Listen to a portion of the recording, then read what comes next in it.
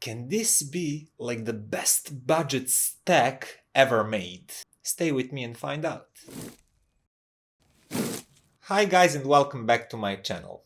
Now today we are talking about the latest SMSL stack that consists of SU-6 DAC and SH-6 head amp.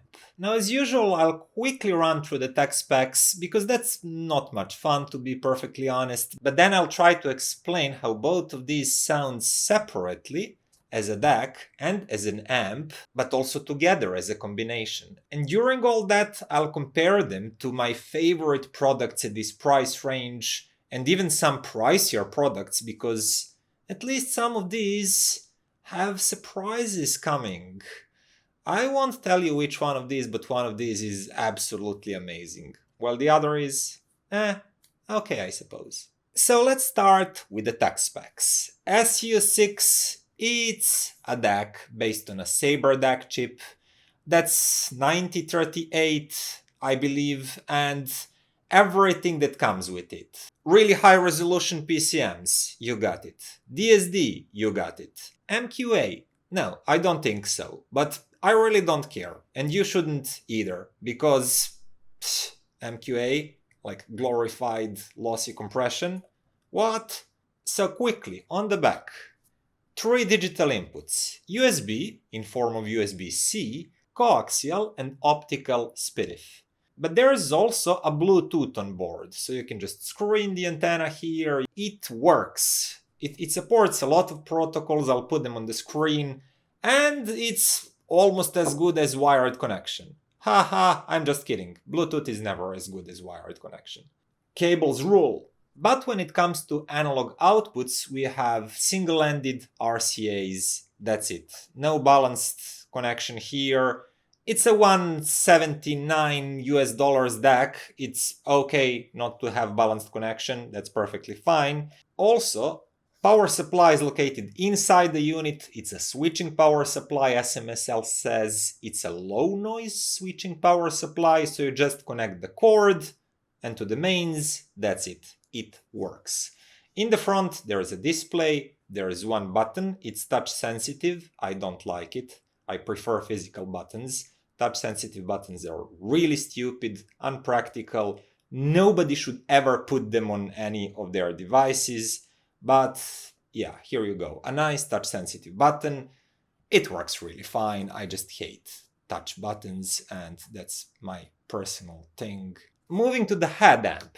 It's even more simple. On the back, one pair of analog inputs, RCAs, one pair of analog outputs, again RCAs. So basically you can use this as a preamp. But that said, you cannot use both headphone output and pre-out at the same time. You have to choose. You have this switch here, off, headphone out, pre-out. That's it. Choose one or the other. You cannot have both at the same time. Another switch next to it is low and high gain. And the name is self-explanatory really. Just try for yourself, see which gain suit your headphones or earphones better. If it's earphones, it will probably be low gain one. If it's like big demanding headphones, you might opt for the high gain one. Again, that's up to you. I will not bother you with that. Volume control is a good old analog one. At least that's what I can tell by my highly precise touchy-feely test. Yeah, there's definitely like a pot in there. It's not some sort of digital relay, whatever thing. And again, same as with the DAC, power supply is located inside. It's a low noise switching power supply. You just add cord. A little bit odd addition here is this small screw on the chassis of the unit. And why is this here? Oh, this is a power cord. What the heck is this yellow dangly thing here? Well, when you attach your power cord, you can separately hook this grounding wire. This is Eurosocket, so we have positive, negative lead, and then grounding here. Grounding is attached separately, because as you can see here, we don't have enough space for this bigger 3-pin power inlet that includes the grounding. So it's a 2-pin inlet and grounding separately. I've tried it both ways, with the ground connected and without it. It worked pretty much the same in my system, so don't worry if you forgot to attach this one, or if it detaches by accident, nothing is going to blow up. It's just like additional grounding of the whole chassis, and in theory that should or could decrease the noise that this unit gets from the outside. Because the whole case of the unit is actually like one big Faraday cage, and when you ground it, you take all of these external electromagnetic noises that are hitting this casing and grounding them back to the ground. Other than that, this head amp has a lot of power. It's rated at like 2.6 watts in 16 ohms, but realistically, who needs that much power into 16 ohms? That's like in-ear territory. Well, I suppose that TinHiFi P1 Plus in-ear owners could probably use it. But even with higher impedances, it has like 1.3 watts into 32 ohms and yada yada yada. Anyway, it has quite a bit of power.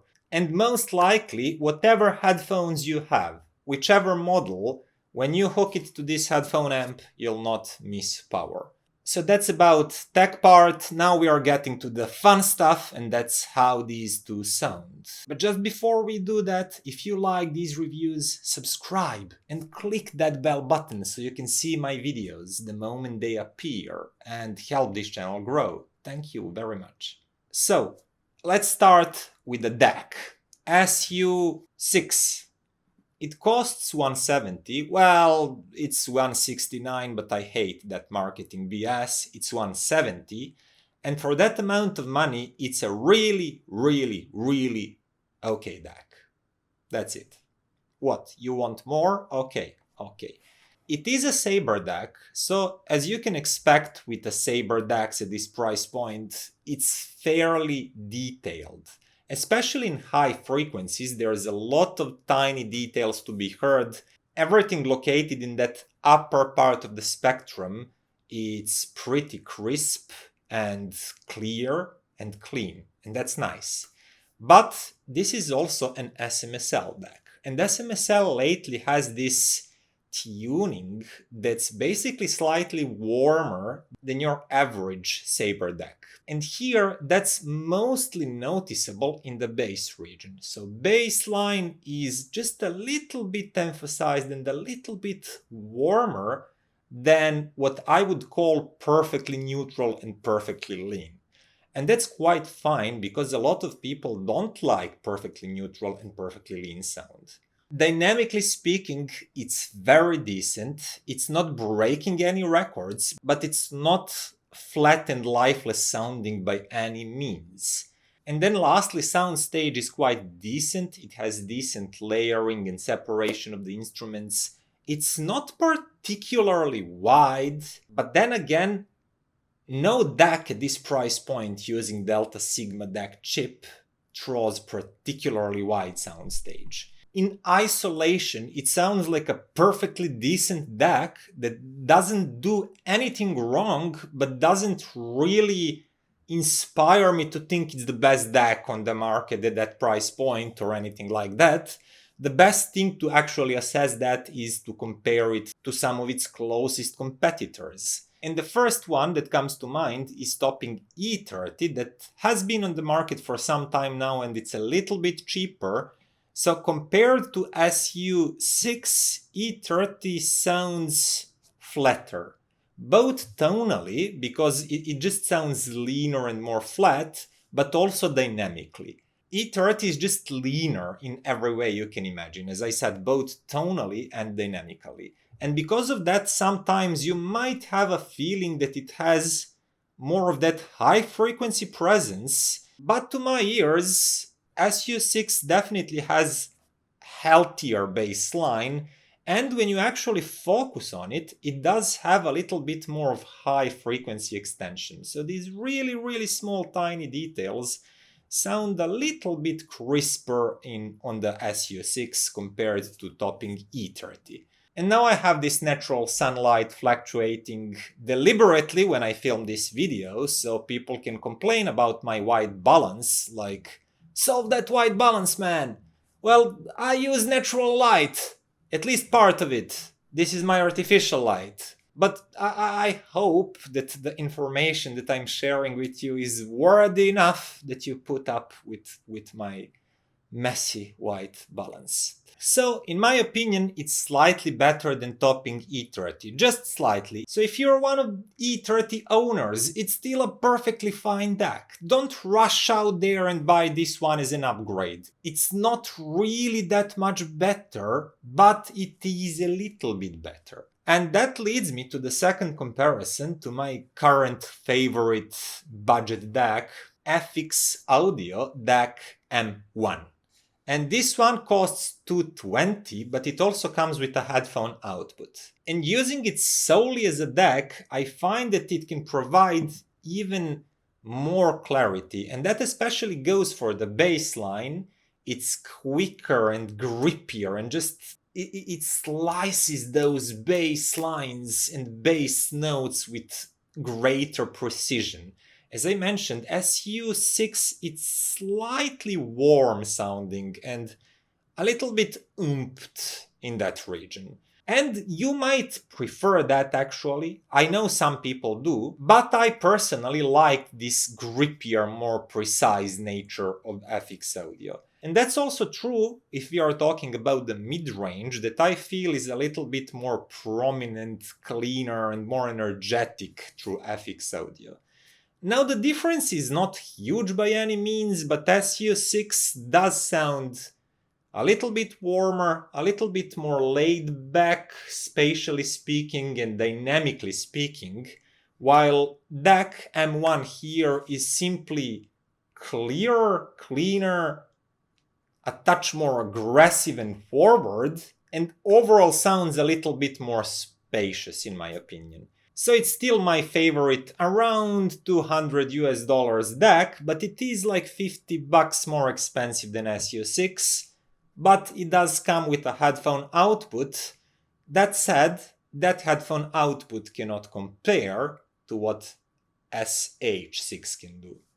And I'll immediately here jump into what SH-6 can do, and guys, I have to say it. Right out of the bat, I'm loving it. Now, the head amp is even cheaper than the DAC. It comes at $120. And I expected something that's quite detailed, but probably a little bit bright, a little bit dynamically flat, not so involving, but I was wrong. Because this little guy sounds fantastic to my ears and in my opinion. First of all, it's a very dynamic sounding amp. Its bass line has grunt, has impact and punch, has real kick to it, while mid-range is really nice and full and present. There's a lot of details, there's just a little bit of shoutiness, and shoutiness is something opposite of dry. So if you have like really dry and not involving a little bit lifeless sound, this one is opposite of that. It's like, hey man, what are you doing? That's a little bit shouty. Here, I find it absolutely positively shouty. I'll take that any day, with any of the music genres over that lifeless and dry sound of many cheap headphone amplifiers.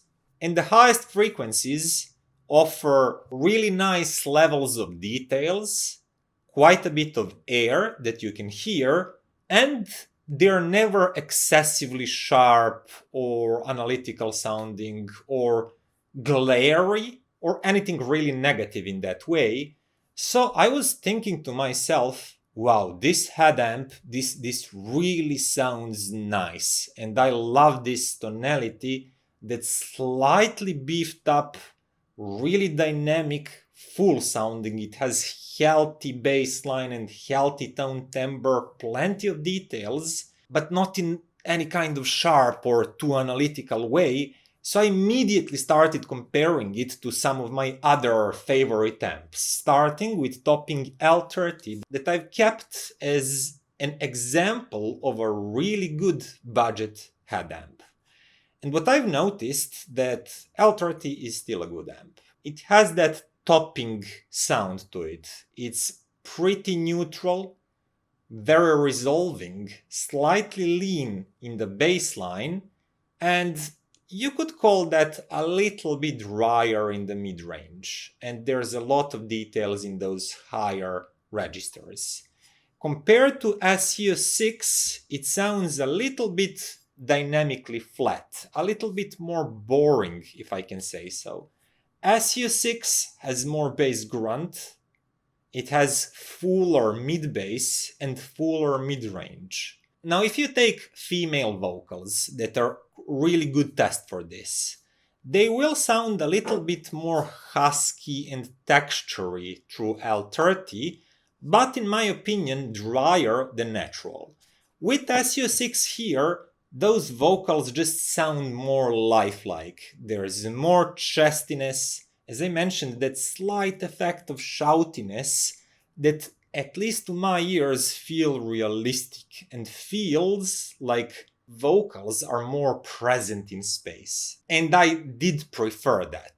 And when it comes to the highest spectrum, it does feel like it's a little bit more pronounced through L30.